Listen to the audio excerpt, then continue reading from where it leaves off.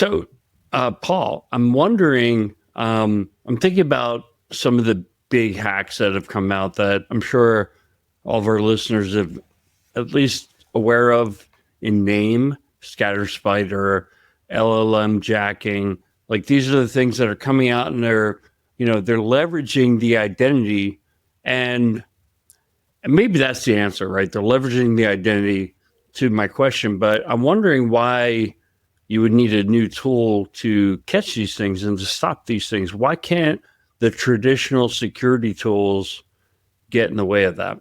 Well, I'll tell you one thing, having been on the other side where I was breaking into things, we're lazy.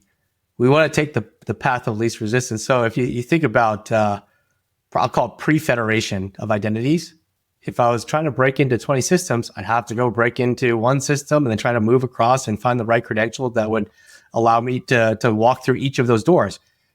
Now, the great side of identity federation was, you know what? We're going to eliminate that surface area for the number of credentials that are being used. But the dark side of that is, if adversaries get a hold of those single sign-on credentials, guess what? That just makes their job a lot easier.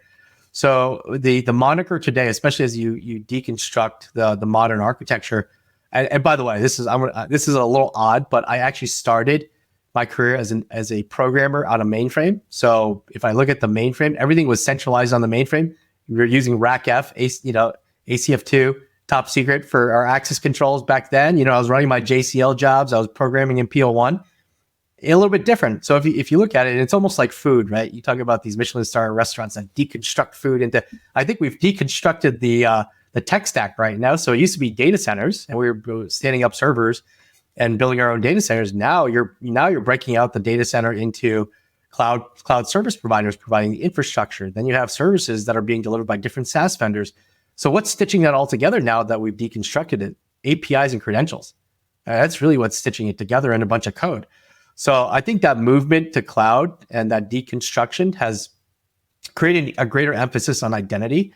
And I think also with federation, and we talk about bad guys don't hack in anymore. It's not like they're using malware to hack in.